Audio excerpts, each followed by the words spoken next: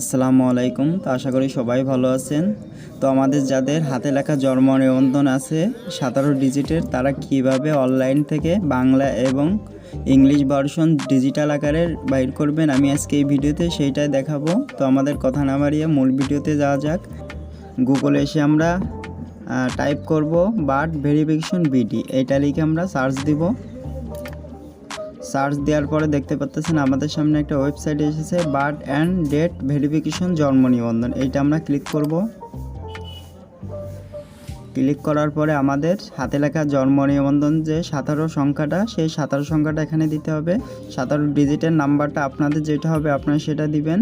তো 17 ডিজিটের নাম্বারটা দেওয়ার পরে আমাদের এখানে নিচে জন্ম তারিখটা দিতে হবে। আপনাদের যে জন্ম তারিখটা হবে আপনারা সেটা দিয়ে দেবেন। প্রথম দেখতে পাচ্ছেন আমি বছর দিছি, তারপরে মাস দিতে হবে, তারপরে দিন দিতে হবে। এইভাবে আপনার জন্ম তারিখটা দেওয়ার পরে নিচে একটা ক্যাপচা দেখতে পারবেন। উপরে আপনাদের যে ক্যাপচাটা শো হবে নিচে টাইপ করে দিতে হবে।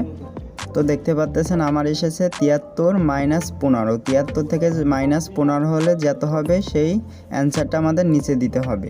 তো আপনাদের ক্ষেত্রে ভিন্ন আসবে, আপনাদের সামনে যেটা আসবে সেটা আপনার নিচে দিয়ে দিবে অ্যান্সারটা। তো আপনাদের ক্ষেত্রে ভিন্ন আসবে, আপনাদের যেটা আসবে সেই অ্যান্সারটা নিচে দিয়ে সার্চে দিলে আপনাদের জন্ম নিবন্ধনটা দেখতে পারবেন। তো আমার যে অ্যান্সারটা এসেছে আমি সেটা দিব নিচে। সংখ্যাটা দেওয়ার পরে নিচে দেখতে পাচ্ছেন সার্চ, এই যে অপশনটা, এটা আমাদের ক্লিক করতে হবে।